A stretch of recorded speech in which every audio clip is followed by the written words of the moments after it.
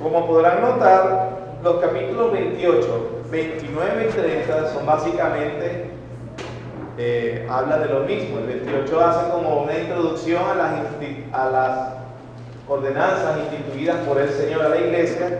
El capítulo 28 se llama del bautismo y la cena del Señor. Es como si dijera que son las dos ordenanzas. Ellos decidieron en un capítulo posterior, el 29, hablar solo del bautismo y el 30 de la cena del Señor. Nosotros, con el favor de Dios, resumiremos esta clase el día de hoy. También porque ciertamente cada cena del Señor estamos recordando y explicando estas ordenanzas. Entonces estaremos viendo estos 3 capítulos en el día de hoy. Significaría que ya estamos más cerca del final. Nos quedarían solo 2, después de 2 capítulos por estudiar, y luego vamos a entrar en otra serie el día miércoles. Capítulo 28, 29 y 30, como acabamos de hablar, como acabo de decir, de las ordenanzas del bautismo y de la cena del Señor. Se nos va en primer lugar los sacramentos. ¿Cuáles son estos? Yo les decía ordenanzas, otro término para utilizar el sacramento. Ahorita más adelante explico por qué esa diferencia de términos. El capítulo 28 nos habla de la institución de estas ordenanzas, de la perpetuidad de estas ordenanzas y de los administradores de las ordenanzas. Leamos el párrafo 1 y 2 del 28. Dice: el bautismo y la cena del Señor son ordenanzas que han sido positivas y soberanamente instituidas por el Señor Jesús, el único legislador, para que continúen en su iglesia hasta el fin del mundo. Como muy bien lo enseña la confesión, obviamente traído de la palabra de Dios, son ordenanzas que no fueron creadas ni instituidas por algún concilio de iglesias, pastores, una buena idea que se les sugirió a alguien, sino que el mismo Señor Jesucristo las estableció y también fueron para que continuaran en la iglesia hasta el fin del mundo. El párrafo 2 dice: estas santas instituciones han de ser administradas solamente por aquellos que estén calificados y llamados para ello, según la comisión de Cristo. Continuamos esas cosas, las vamos a ver ahí. El bautismo y la cena del Señor son los capítulos 29 y 30. Nos van a hablar de su naturaleza, es decir, de la naturaleza del bautismo, la naturaleza de la cena, sus receptores de ambos sacramentos, los elementos que se deben usar en estos sacramentos y su administración. Hay una consideración importante. Nosotros recordaremos que nuestros hermanos presbiterianos, quien de alguna manera los puritanos bautistas utilizaron la confesión de Westminster, que es la que tienen los presbiterianos, para redactarla y hacerlo igual, no como un copia y pega, como algunos quieren hacer burla sobre que los bautistas no hicieron su confesión original, sino que ellos lo que hicieron fue un copiar y pegar de los presbiterianos. Pero la intención, en primer lugar, que podemos ver de esto, era que ellos querían demostrar que la fe, en este caso los bautistas del siglo XVI, no difería de sus hermanos presbiterianos. Además, un estudio más profundo también dice que quienes ellos se apoyaron más fue en una confesión de otros puritanos independientes, que era la confesión de Savoy, una ciudad inglesa. Sin embargo, es la confesión, podemos decir, más histórica, más reconocida. Históricamente, hablando de la fe reformada, es la confesión de Westminster. Esa es la confesión de la iglesia presbiteriana. Y en cuanto a estos capítulos, ellos le llaman sacramentos. Y nosotros vemos aquí que usamos la terminología ordenanza. ¿Cuál es la diferencia? ¿Por qué? Sacramento viene del latín y habla acerca de un misterio. Sacramento significa algo misterioso. Sin embargo, se habla misterio en el sentido que la Biblia lo habla. Un misterio es algo que estaba oculto y que Dios lo ha revelado. Que los hombres no pueden llegar a ese conocimiento a menos que Dios lo revele. ¿Cierto? En cambio, si utilizamos la palabra misterio como se utiliza hoy en día, la connotación que tienen es algo místico, algo espiritual, algo un poco extraño, ¿no? Sí, algo como que misterioso, místico, tiene otra connotación, oculto, pero en realidad esa no es la connotación que le da la Biblia. Por eso, aún si nosotros usáramos los sacramentos, vamos a hacer el sacramento del bautismo, de la cena del Señor, es legítimo, porque de cierta manera eso lo instituyó Dios. Sin embargo, la terminología adoptada por los bautistas es ordenanza. Pero no debemos quebrar la cabeza como que tengo una cosa y la otra. No, se trata de lo mismo. Amén. Con esa aclaratoria, ¿estamos claros?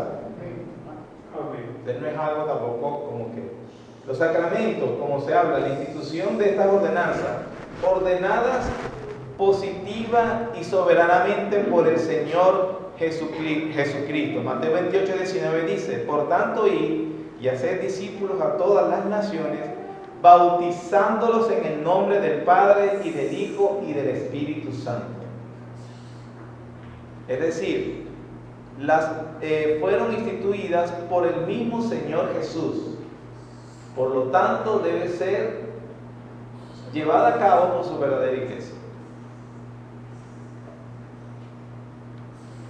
1 Corintios 11:24: y habiendo dado gracias, lo partió y dijo: tomad, comed, esto es mi cuerpo que por vosotros es partido, haced esto en memoria de mí.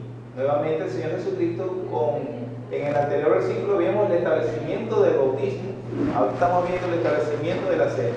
Asimismo tomó la copa y después de haber cenado, diciendo: esta copa es el nuevo pacto en mi sangre, haced esto, nuevamente una ordenanza, todas las veces que la bebiereis en memoria de mí. Era un memorial, eso lo voy a explicar un poco más adelante. Cuando decimos ordenanza positiva y soberanamente, ¿qué es lo que queremos decir o qué debemos entender? Positivo es algo adicional a la ley natural. Samuel Waldron lo explica de la siguiente manera: el bautismo y la cena del Señor no forman parte de la ley de la naturaleza. No existían en el Antiguo Testamento, pero llegaron a existir con el Nuevo Pacto. A David no se le obligó a bautizarse. A Abraham no se le requirió tomar la cena del Señor. Si hubieran formado parte de la ley de la naturaleza, habían existido siempre. ¿Qué significa eso? Cuando se dice positivo y soberanamente, es que el Señor Jesús dio claramente una orden para que la iglesia, y sobre todo una orden dada en el nuevo pacto. Estas dos instituciones y ordenanzas no estaban o no se celebraban en el antiguo pacto, o no vamos a ver algo de esto en el Antiguo Testamento. Sin embargo, Dios, el Señor Jesucristo, las establece y las ordena a partir del nuevo pacto. Cuando hablamos de soberano, que es arbitrario, es decir, no se hizo una consulta, sino que se impuso. Se le impuso a la iglesia que hiciera esto en cuanto a los nuevos creyentes. Cuando Dios dijo: no matarás, estaba mandando lo que demandaba su propio carácter y la identidad de cómo la imagen de Dios. Era pues una institución necesaria, no soberana. Pero cuando Cristo dijo: bautizándolos y hacer esto, nada en el carácter de Dios o en la naturaleza del hombre hacían necesaria esa ordenanza o ley. En cierto sentido, tales ordenanzas eran arbitrarias. Es decir, el Señor las impuso. Samuel Waldron lo explica de esta manera. La perpetuidad de las ordenanzas es que no existe ninguna insinuación de su cesación, pero sí de su continuación hasta el fin. He aquí, estoy con vosotros todos los días hasta el fin del mundo. Y dice: enseñándoles que guarden todas las cosas que os he mandado. Así pues, dice Pablo a los Corintios: todas las veces que comieres este pan y bebieres esta copa, la muerte del Señor anuncié. ¿Hasta cuándo? Hasta que Él venga. Entonces aquí vemos el establecimiento de la perpetuidad de esta ordenanza. Una iglesia, hermano, o un círculo, una reunión de personas que se autodenomina iglesia, pero no celebra estas ordenanzas, no es una iglesia.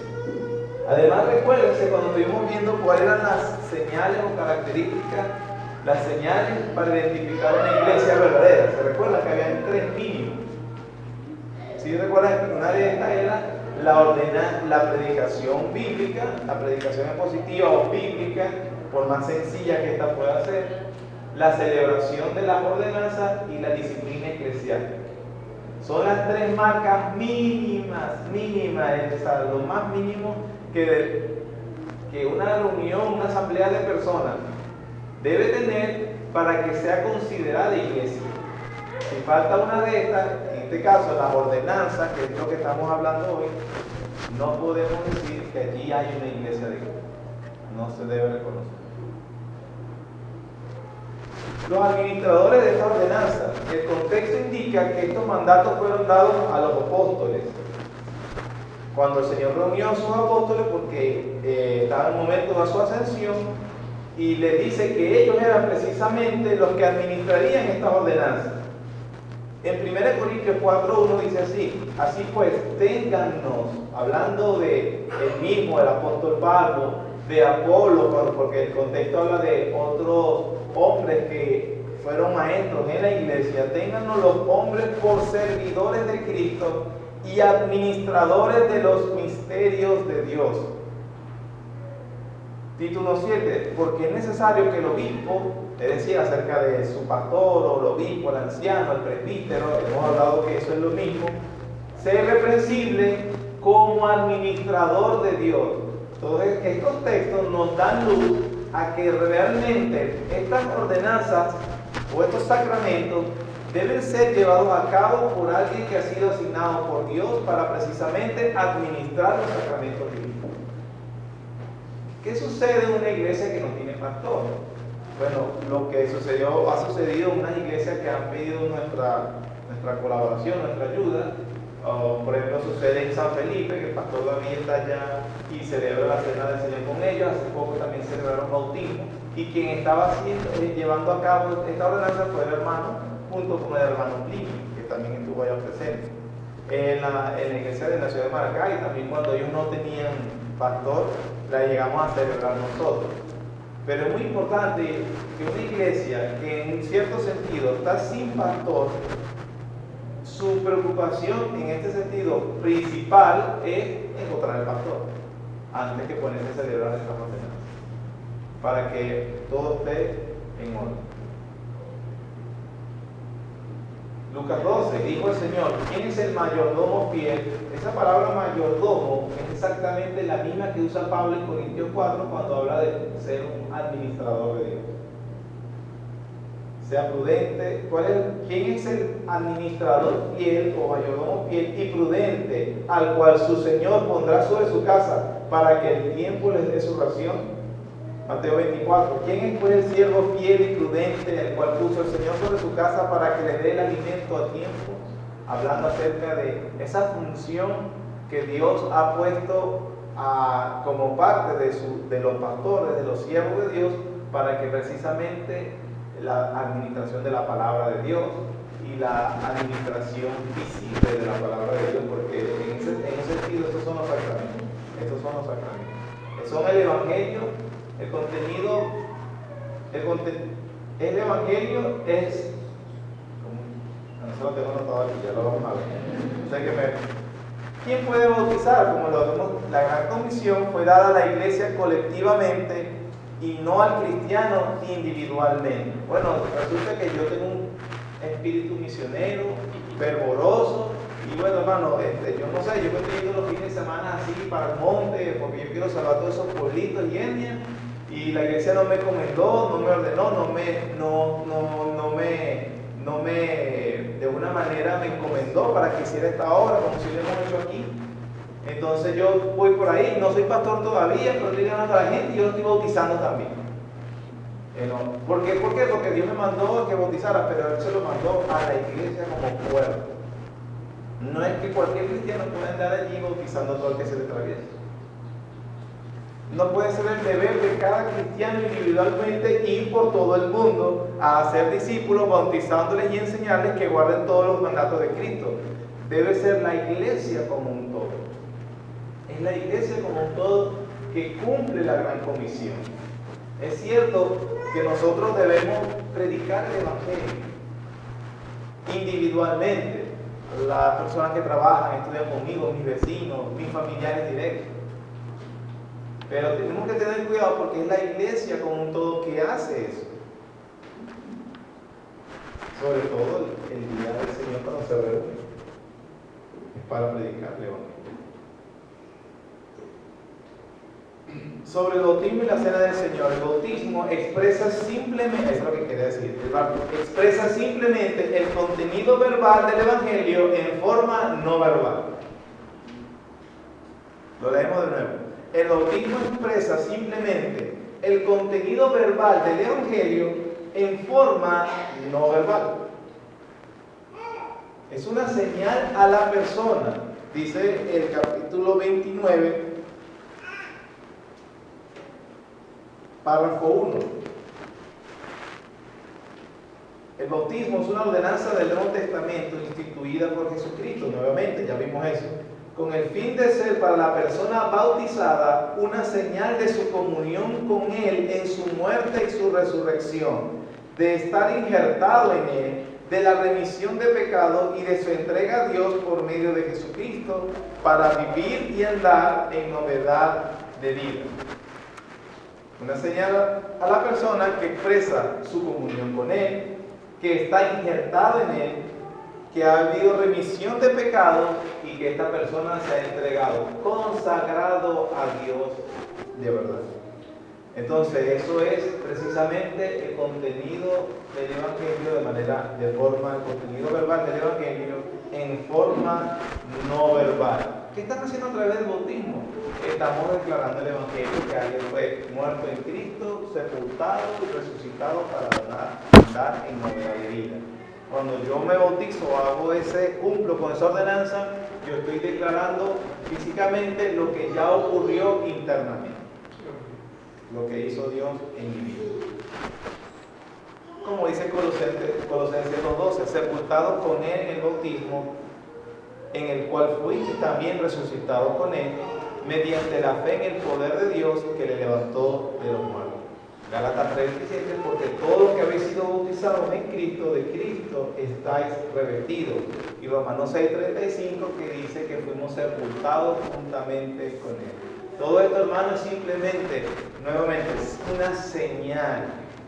No estamos diciendo que cuando a mí me meten a las aguas, allí es donde se me están limpiando los pecados. No. Lo único que puede limpiar mis pecados es la sangre preciosa de Cristo. Amén. Y lo que estoy diciendo en el bautismo es que ya ocurrió que el Espíritu Santo aplicó eficazmente la sangre de Cristo, el sacrificio expiatorio de Él en mi alma. Yo fui perdonado, redimido y salvado. Y ahora pertenezco, mi vida es completamente para Él. Y una señal de eso es que yo me voy a bautizar. Y doy testimonio público ahora de que yo soy de Cristo. Es una señal. Es una señal. No es que aquella agua me salga o que sí. Bueno, ¿y qué pasa si el Señor me salvó, pero por circunstancias no me he podido bautizar? Entonces, si me muero en el proceso, no voy para el cielo. Perdí la salvación. Totalmente incorrecto. Porque quien nos salva es Cristo, no el bautismo. Pero ciertamente, si estamos en una iglesia, si están los elementos necesarios, debemos cumplir con esa ordenanza. Claro, hasta aquí, hermano. ¿Hay alguna duda? ¿De verdad? Eso es importante. La cena del Señor. La cena del Señor es un memorial de la verdad histórica del Evangelio con el cual es asociado. Es un memorial de la verdad histórica del Evangelio con la cual es asociado. Recordemos que Él partió el pan, bebió la copa, y ese momento histórico Él está apuntando hacia su sacrificio, y que todo aquel que comiera de este pan y bebiera de esta copa estaba participando en el sacrificio de Él. Como dice, haced esto todas las veces que comiera este pan, bebiera esta copa, la muerte del Señor anunciáis hasta que Él venga. Si la cena, Samuel Waldron dice, si la cena del Señor es un evangelio visible, entonces la cena del Señor jamás debe aislarse de la predicación del evangelio. Tal aislamiento huele a una idea supersticiosa de la mesa del Señor. Por eso es muy importante y es algo que nosotros estamos aplicando cada vez que vamos a celebrar la cena, de que en el sermón, bueno, en primer lugar, todo sermón debe tener el Evangelio predicado, porque si no, no es un buen sermón, no es un sermón, por más bonito, teológico, profundo que sea.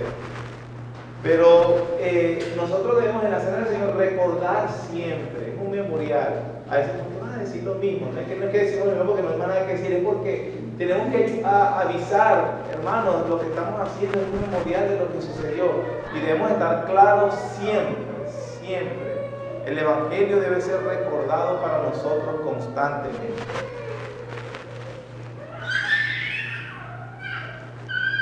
La confesión entonces, hermanos, refuta las ideas supersticiosas de las ordenanzas. El bautismo, que habla acerca del carácter salvífico, eso se lo da básicamente Roma. Por eso, ustedes saben por qué Roma bautiza al infante, ¿no? ¿Saben que Roma admite que venimos con el pecado original, venimos con la culpa de Adán? Pero obviamente el infante tiene que ser bautizado para remisión de su pecado original. Entonces, por eso Roma, la Iglesia Católica Romana, bautiza al niño. Entonces, porque si no se bautiza y el niño murió en pecado y se va para el purgatorio. Y después hay otro proceso. Bueno, un montón de ideas supersticiosas que no tienen nada que ver con las Escrituras.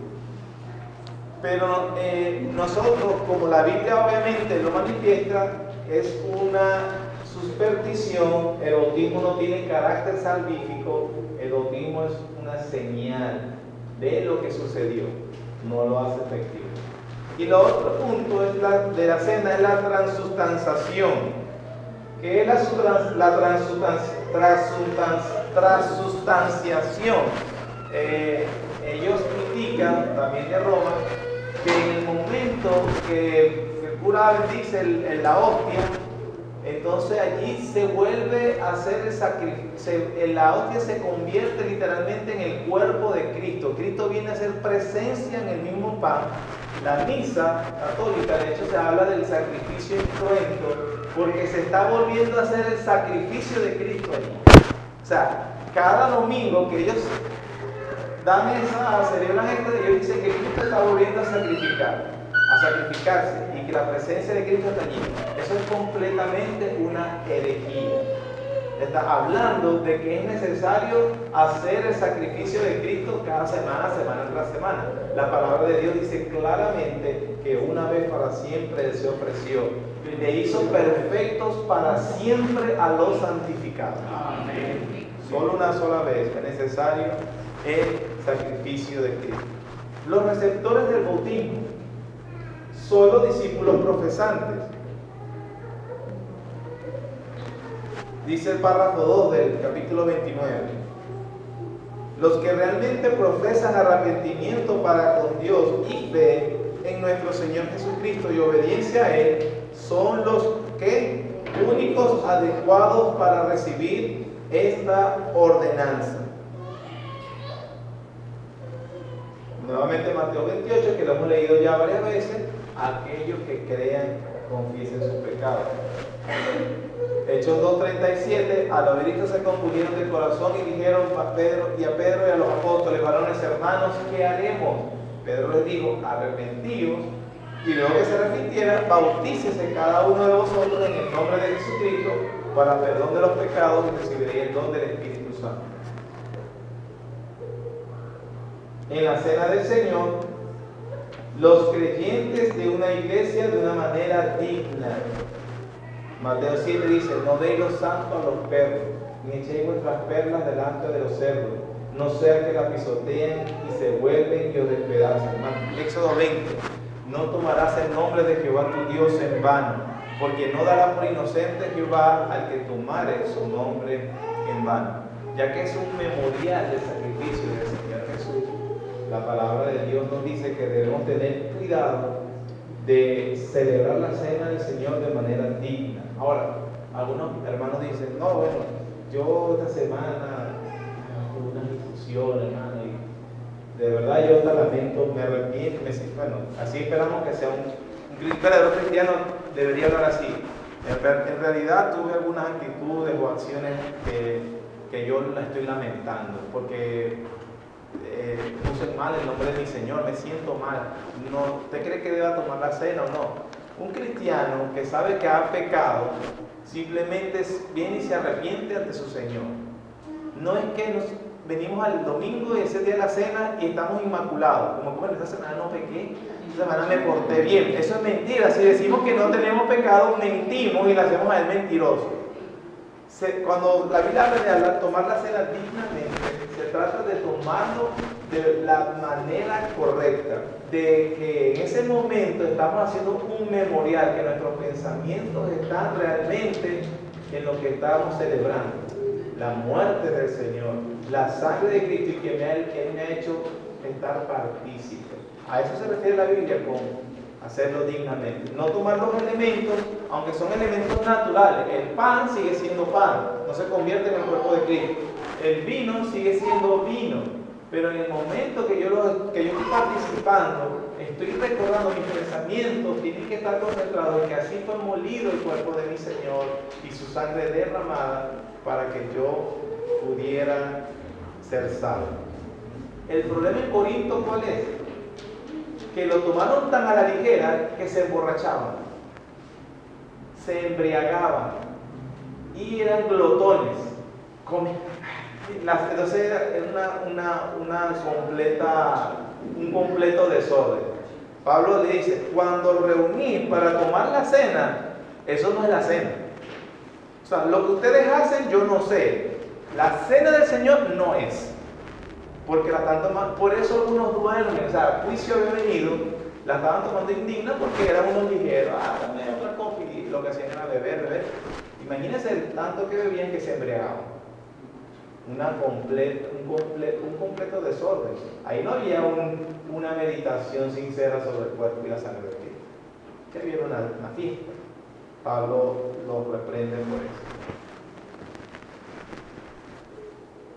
Pruébese cada uno a sí mismo y coma así del pan y beba la copa. O sea, reflexione, medite, tenga en cuenta lo que está haciendo.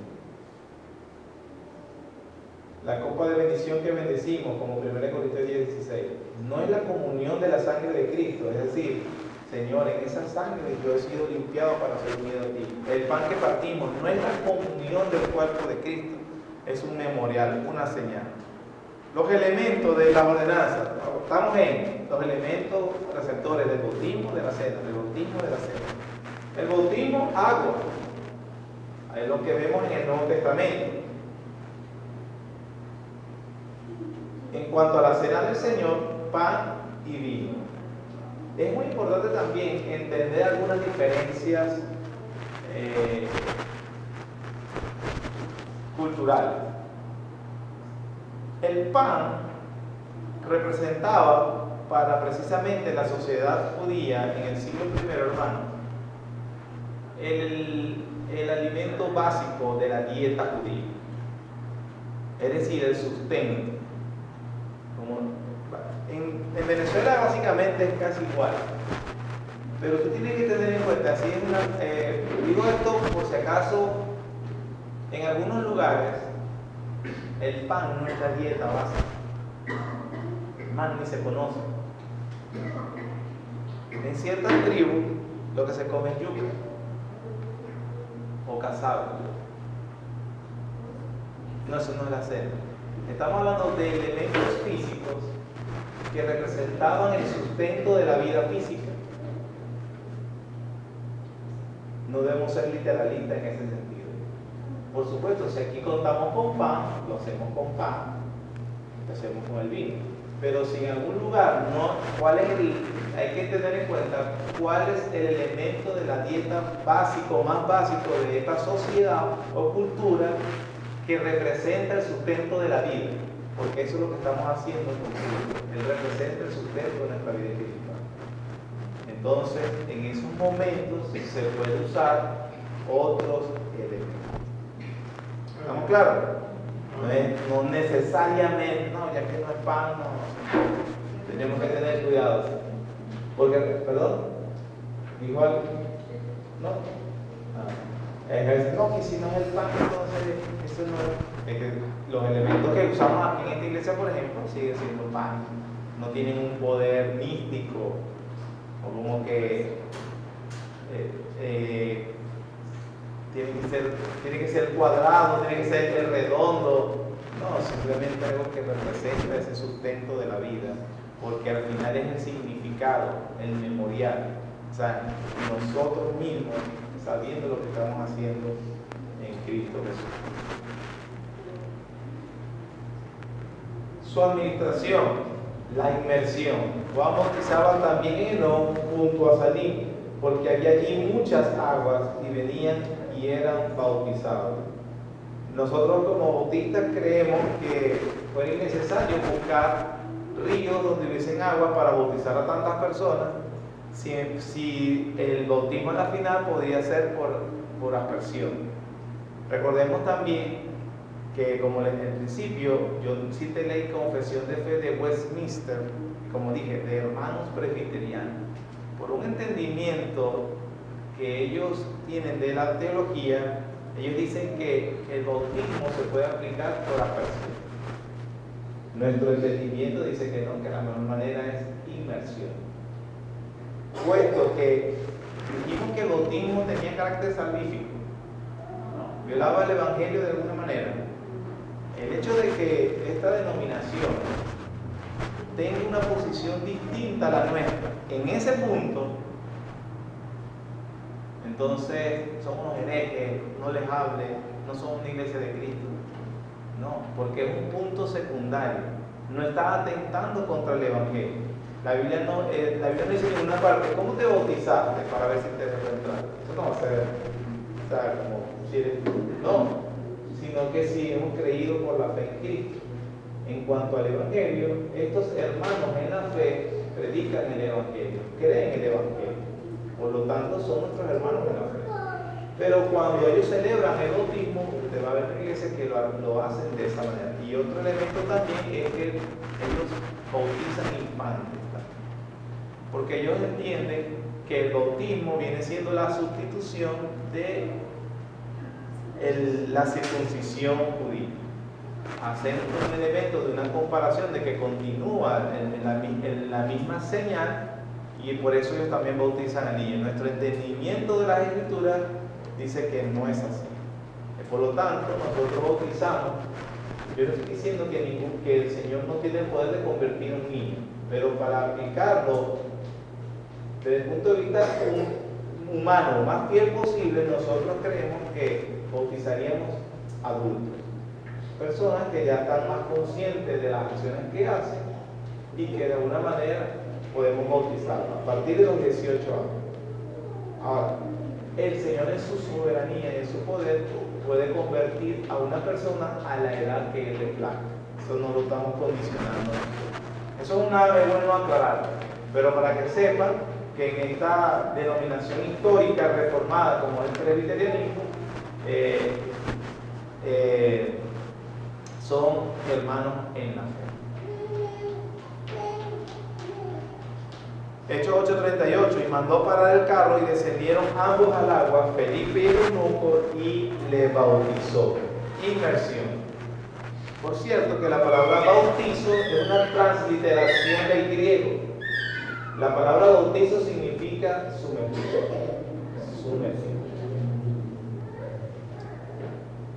La cena del Señor, la oración, tomar el pan y tomar la copa. Orar, apartar del uso común, bendecir los alimentos. Es decir, cuando oramos antes de tomarlo, es que estamos consagrándolo en el sentido que ya no le damos un uso común, como es el pan y el vino, sino que en ese momento para nosotros representa ese memorial santo, de que estamos recordando a nuestro Señor. Todos los creyentes. Nosotros debemos recordar en ese momento la manifestación del sacrificio de Cristo. Recuerdo de la manifestación del sacrificio de Cristo por sus pecados, por los nuestros, es decir. ¿Cuáles son los beneficios de llevar a cabo esta ordenanza? Confirmación de la fe. Nos recuerda la comunión que tenemos con Él y con su iglesia. Es alimento espiritual. Joel Lee, un autor fabuloso, dice que en su libro él explica algo así, que cuando a nosotros se nos predica el Evangelio, un hombre puede entenderlo, abrazarlo y decir, pero hacer la pregunta legítima: qué hermoso, Señor, pero eso es para mí. En la cena él dice, Dios se acerca y te toca y te dice, sí, es para ti, come y bebe.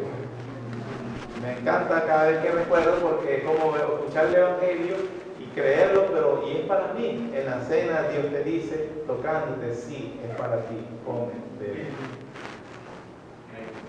Y nos da crecimiento en Él. Nos afirma un compromiso, recordando de a quién estamos consagrados. Es una prenda de comunión con Él y entre ellos, o sea, entre los hermanos, de que pertenecen al cuerpo de Cristo.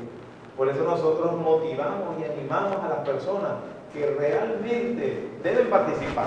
El punto no es que no queremos que nadie participe, no, queremos que, como dice cualquiera, que todos los hombres sean salvos. Nosotros queremos que todos los que vienen a la iglesia participen, pero obviamente no debe participar cualquiera que no entiende el Evangelio. Todo el que entiende el Evangelio debe participar. Todo el que ha abrazado por la fe el Evangelio debe participar, y para eso la persona debe manifestar ese interés, debe tener comunión con su iglesia y debe realmente demostrar los frutos de que el Evangelio ha llegado a su vida. El párrafo 7 del capítulo 30 dice así, en la parte C: el cuerpo y la sangre de Cristo no están entonces...